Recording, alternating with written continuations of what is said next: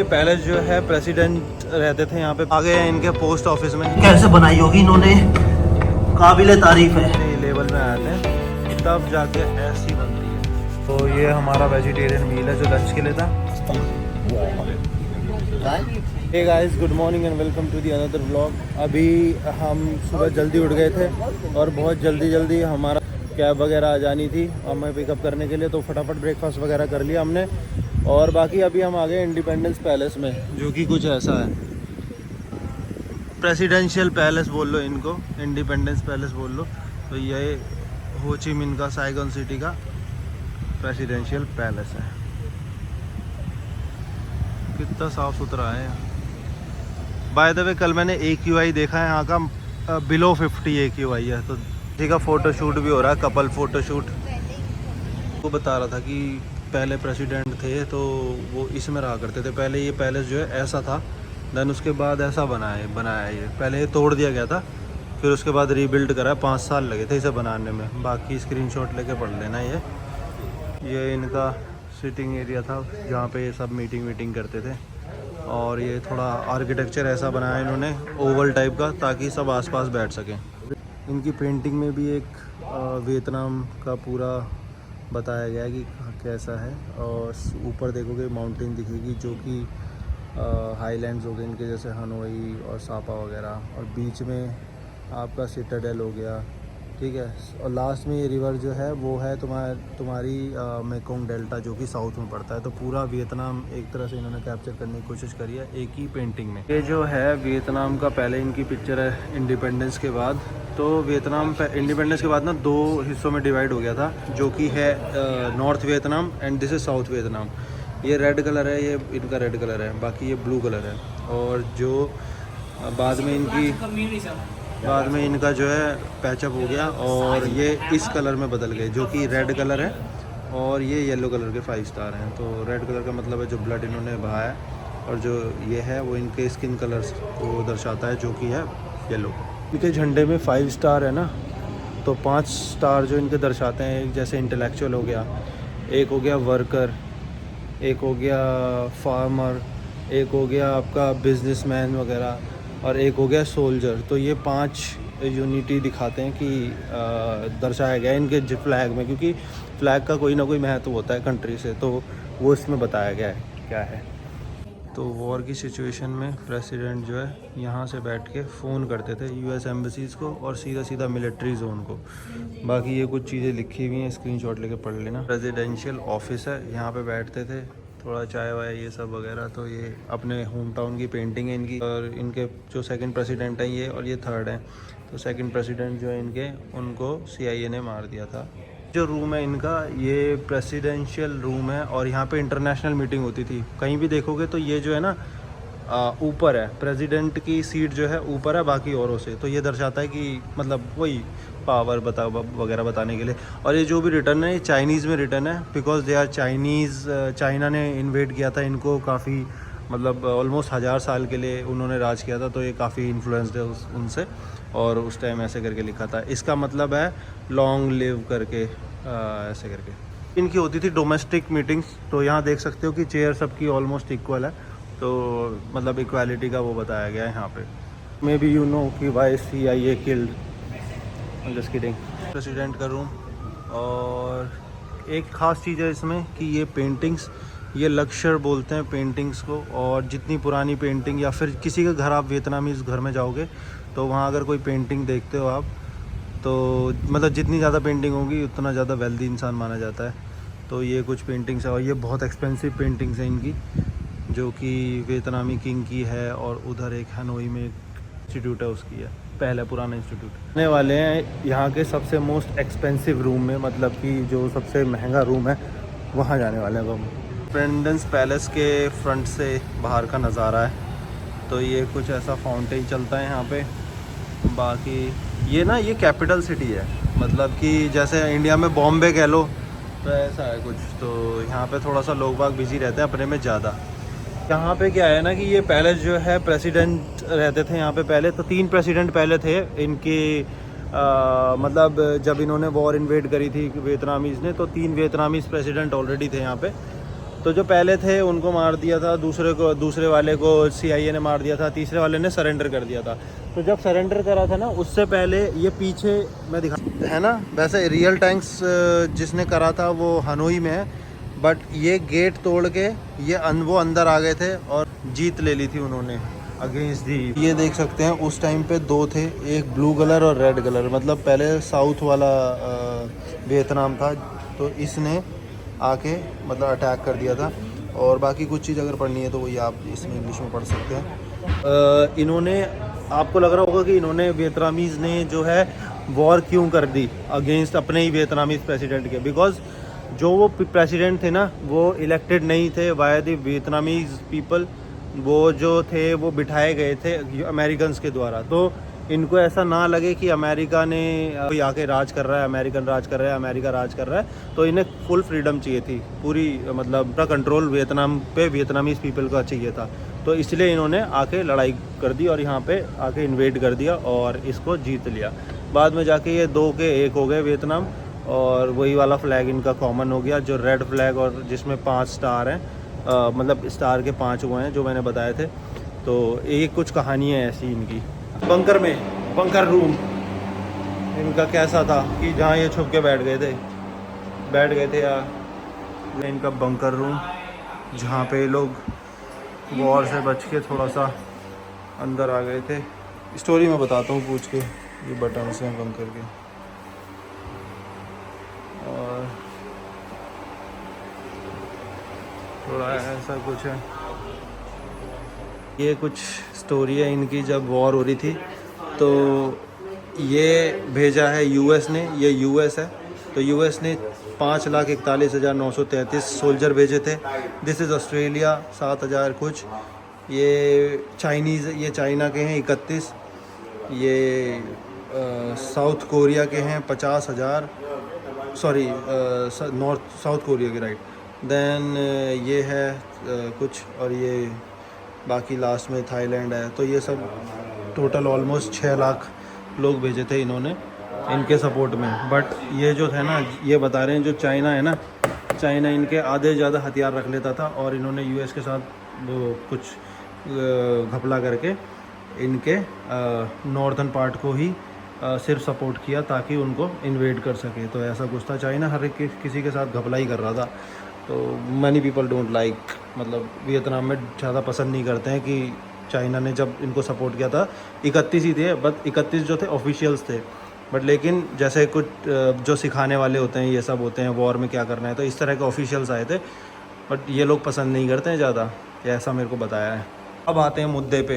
ये वो जीप है, ये वो अमेरिकन जीप है जिसमें जो लास्ट प्रेसिडेंट थे उन्होंने अपनी सरेंडर स्पीच दी थी, और उसके बाद वियतनाम जो है फुली आज़ाद हो गया था।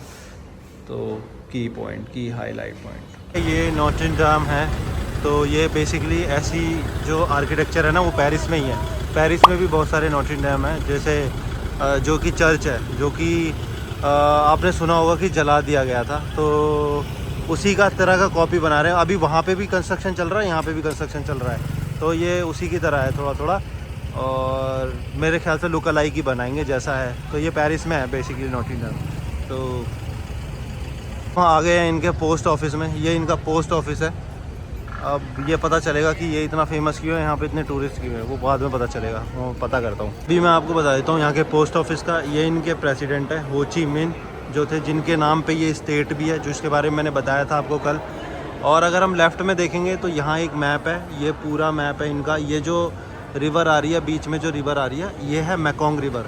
ये मेकोंग रिवर जो इनकी है, ये आती है चाइना से सीधा और वियतनाम पे ख़त्म होती है। ऐसे फ्रेंच वालों ने जो बम वम गिराए थे इनके पास, ये कमांडर कुछ फ्रेंच के, और ये लोग वियतनामीज़ लोग ना साइकिल पे खाना और वेपन्स लेके जाते थे।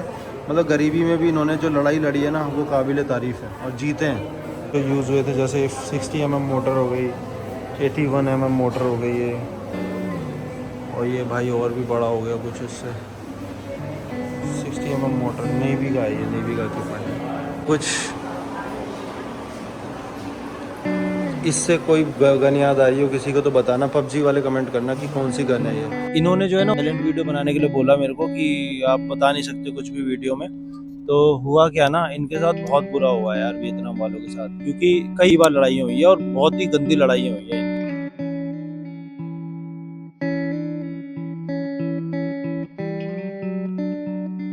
अपनी फ्रीडम के लिए लड़ाई करी, तो लड़ाई में उनके ना काफी लोग साथ में आए थे, जैसे यूएस वाले हो गए, ये सब हो गए। फ्रीडम के लिए लड़ना है तो इन्होंने लड़ना स्टार्ट कर दिया उनके साथ। धीरे धीरे लड़ाई इतनी ज्यादा बढ़ गई ना कि यूएस वालों ने लास्ट में आके इनके ऊपर वो डाइऑक्सिन जो गैस होती है ना वो छोड़ दी। तो उसका इफेक्ट इतना एडवर्स हुआ कि भाई अभी तक लोगों को ना बच्चे जो पैदा होते हैं वो कई कई जगह अब नॉर्मल बच्चे पैदा होते हैं, मतलब किसी के दांत नहीं है, किसी का हाथ नहीं है, बहुत ही दिक्कत अभी तक फेस करनी पड़ रही है इनको उस वॉर से। यही मेरे ख्याल से कारण है, मैंने आपको बताया भी था कि भाई यहाँ पुलिस बहुत कम दिख रही है, क्योंकि ये लोग की मेंटेलिटी एकदम चेंज हो गई है। ये लोग बहुत पीस लविंग हो चुके हैं और इनको क्या है कि अब हमें या लड़ाई वड़ाई नहीं चाहिए, झगड़ा कुछ ऐसी चीज नहीं चाहिए, हमें पीस चाहिए, इसीलिए बहुत ही फ्रेंडली लोग हैं यहाँ पे।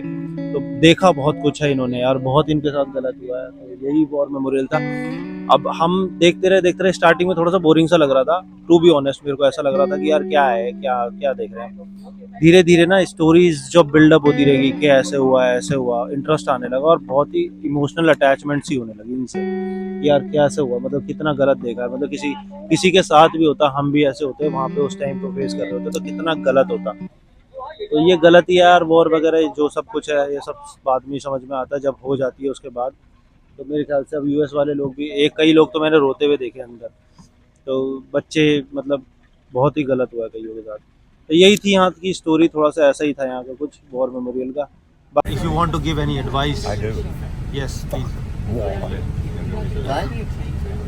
What was your advice? That was Fighting a war. Oh, that was pretty good. That was the advice, That was that. Perfect advice. I was a teacher, but travel is the best way to learn.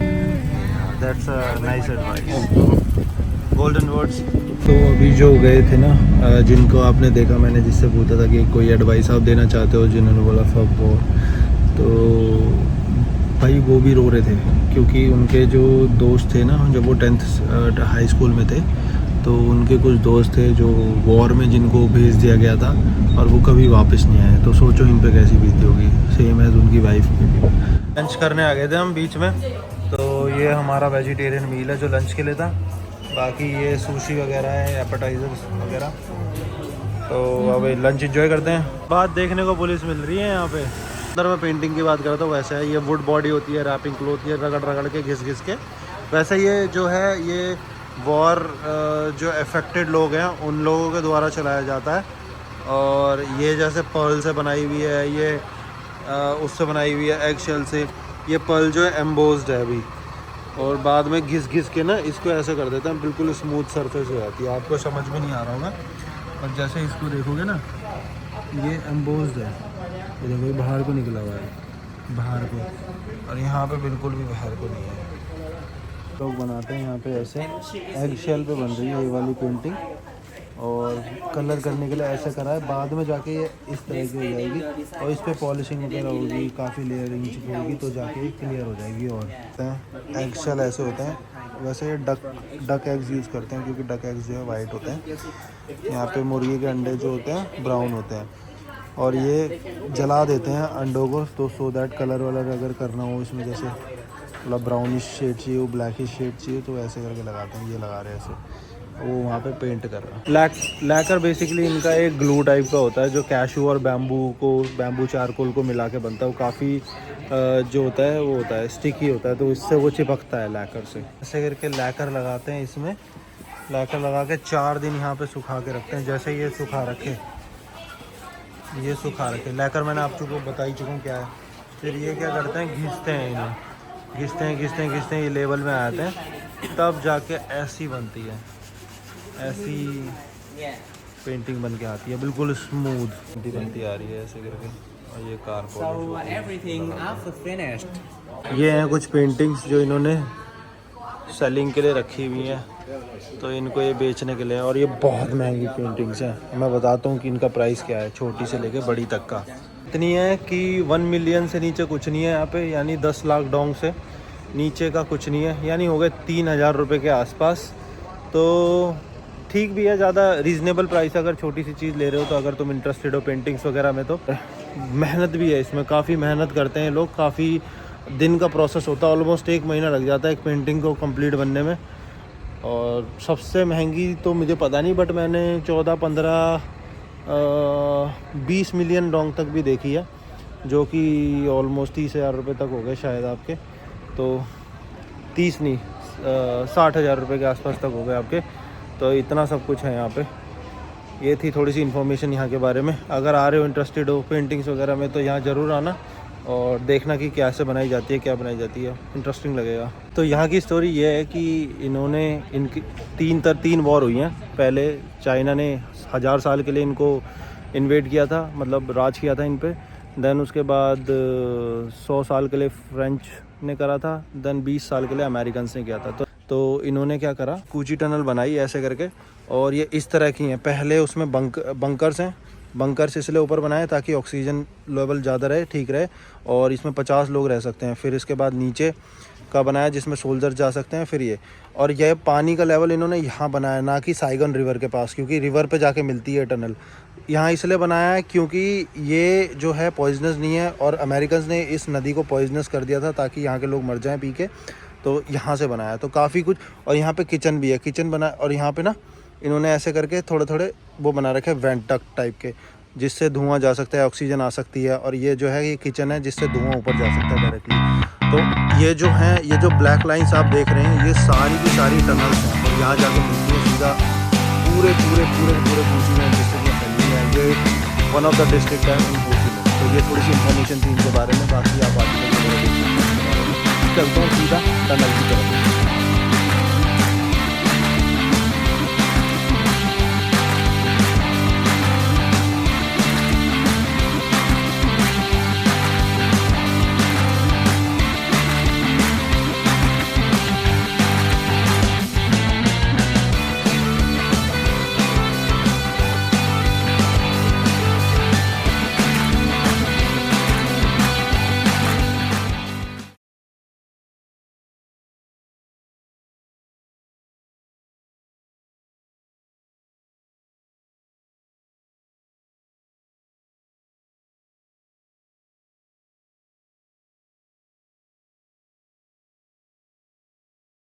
इनकी कुछ dress होती थी, आदमी जो होते थे उनकी green, और विमेंस जो होती थी उनकी ब्लू। इनकी ग्रीन इसलिए होती थी क्योंकि ये झाड़ियों में, जंगल में छुपते थे, और वुमेंस जो है ज़्यादातर नाइट में निकलती थी। और ये वुमेंस जो हैं सबसे ज़्यादा सेक्रीफाइस इन्होंने किया है, क्योंकि रात को खाना लेके आना, वेपन्स लेके आना, साइकिलों पे लेके आते थे वो जंगल से, और इनको प्रोवाइड करना वो सब। एक स्टोरी है कि एक औरत ने वॉर के दौरान वो प्रेग्नेंट हो गई, and then she give a birth to a boy, एंड वो लड़का जो है उसका बहुत भूखा था, और वो केव में चली गई। देन केव में जाने के बाद वो लड़का जो है बहुत ज़्यादा शोर मचा रहा था, मतलब रो रहा था। तो रोने की आवाज़ से ना पता ना चले कि वो कहाँ है, या फिर पीपल कहाँ है, वो लोग कहाँ पे हैं वियतनामीज, तो उन्होंने उसको उसे मारना पड़ा। तो ये that is a very sad story. तो हम जा रहे हैं शूटिंग करने, थोड़ा सा शूट करेंगे गन, रियल गन से, ठीक है, रियल बुलेट्स, रियल गन। देखते हैं कैसा रहता है एक्सपीरियंस। गन है जिनमें से हम शूट कर सकते हैं, मतलब चूज़ कर सकता हूँ मैं कौन कौन सी है, और एमओ यहाँ से लेनी है, और 6 लाख डोंग का 10 बुलेट हैं, और मिनिमम 10 ले सकते हो। तो करता हूँ। तो भाई AKM शूटिंग रेंज पे आ गए हम, और ये वाली गन है हमारी, उधर शूट करनी है। 10 बुलेट है हमारे पास।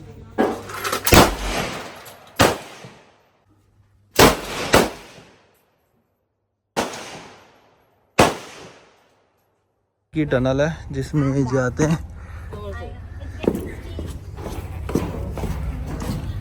ओ भाई साहब, ये तो और वैसी होती जा रही है, स्टीप सी। क्रॉल करना पड़ रहा है, बैठ बैठ के जाना पड़ रहा है। झुक झुक के जा रहा हूँ भाई, इसमें अंधेरा है, दिख नहीं पाएगा। I'll try to। भाई बहुत स्टीप है ये, मैं आप लोगों को दिखाता हूँ। देखो मैं झुक झुक के चल रहा हूँ एकदम।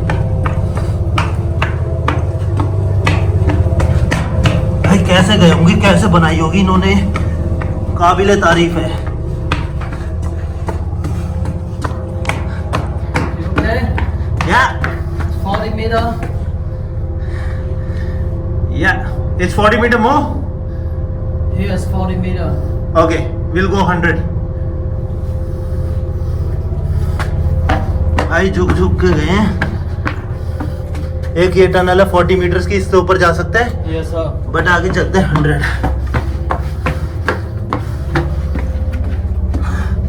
भाई साहब yes Yeah, yes, sir. 100। Slow slow slow. ये एक और है। How much is this? Over here. हाँ Keep moving this way.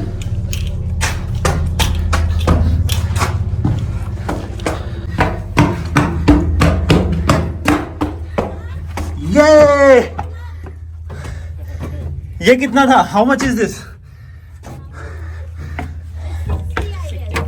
तो आगे क्यों नहीं गए हम? How was it? Very Difficult? Very good. देख लो कूची टनल से निकल के कैसे ही रहे, और इन्होंने कैसे किया होगा, कितना डिफिकल्ट रहा होगा इनके लिए ना। भाई साहब मानने काबिल है, क्या पागल बनाया इन्होंने अमेरिकन्स का। तो ये टैपियोका है, ये स्वीट पोटैटो टाइप का है। ये सोल्जर्स यूज़ करते थे जब राइस फील्ड उन्होंने तबाह कर दी थी इनकी। At that time they used to eat this because this lot of calories. वहाँ से तो आ गए थे कूची टनल वगैरह से, और रास्ते में मेरी बैटरी ख़त्म हो गई थी, तो अब होटल भी पहुँच गए। होटल पहुँचने के बाद समय हो गया है 8:30-9 बजने के पास हो रहे हैं, और हम निकल रहे हैं डिनर करने। डिनर के लिए आसपास कोई नॉर्मल फूड वाला देख रहे हैं, कोई इंडियन फूड मिल जाए तो वो है। इंडियन रेस्टोरेंट में आ गए थे हम, यहीं पे खाना खाते हैं। यहाँ पे इंडियन रेस्टोरेंट में जिसमें हम आए हैं उसमें हमने मंगाई है दाल मखनी एंड पनीर दो प्याज़ा, ये तंदूरी बटर रोटी एंड फुल्का, ये पापड़ थोड़े से, एंड दिस इज़ सैलड। तो ये खाते और बताते कैसा टेस्ट है। पहले रेस्टोरेंट हम जो आए थे वहाँ पे हमें मिले, क्या नाम बताया सर आपने? सरोज सिंह से। सरोज सिंह। तो इन्होंने हमें खाना खिलाया और बहुत टेस्टी खाना है यहाँ पे। न्यू दिल्ली का आना जरूर जो भी आ रहा है। और भाई जो है हमारे उत्तराखंड से हैं, टिहरी गढ़वाल से। हमारे सारे शेफ लोग एवरीथिंग इज उत्तराखंड। हाँ सब कुछ उत्तराखंड से। प्योर वेजिटेरियन खाना है, नॉन वेजिटेरियन। पीछे इनका किचन है, बहुत हाइजेनिक है। सब अपने टेस्टेड है सर, सब अपने उत्तराखंड है सर, कुकिंग एवरीथिंग। चलो ठीक है। Thank you. खाने वाले भैया बहुत ही बढ़िया थे जिन्होंने खाना खिलाया। बाकी अपन वापस आ गए खाना पीना खा के, और अब मैं सोता हूँ। नींद आ रही है बहुत तेज, क्योंकि पूरे दिन का टूर करा है हमने, कूची टनल, साइगन सिटी टूर। तो मज़ा आया बहुत ज़्यादा, मेरे को तो अच्छा लगा बहुत ज़्यादा। इनकी कितनी मेमोरी यार वॉर की, कितना ज़्यादा ये लोग झेले हैं, मतलब सिचुएशन को। उस सिचुएशन में जो रहा होगा उसी को पता होगा। अब हम तो फील करके आए हैं, तब जाके इतना इमोशनल हो रहे हैं कि मतलब कि कैसा है इन्होंने, मतलब कैसे कैसे इन्होंने रिकवरी करी है, या फिर कैसे कैसे अपने आप को उस सिचुएशन से निकाला है। और अब ये धीरे धीरे डेवलप हो रहा है। जो पूरा वियतनाम कंट्री है वो धीरे धीरे डेवलप हो रही है। हर जगह देखने को मिल रहा है कि नए नए इंफ्रास्ट्रक्चर बन रहे हैं, बहुत सारी चीज़ें बन रही हैं। तो मेरे को तो मज़ा आया, आप लोगों को होपफुली मज़ा आया होगा। तो अब मिलते हैं नेक्स्ट ब्लॉग में। अब कल हमारा चेकआउट है, यहाँ से हम निकल जाएंगे। कल शायद होपफुली लोकल मार्केट यहाँ की घूमेंगे तो दिखा देंगे। बाकी तब तक के लिए सी यू, बाय। ओ मुसाफिर आ जाना, बैठे हैं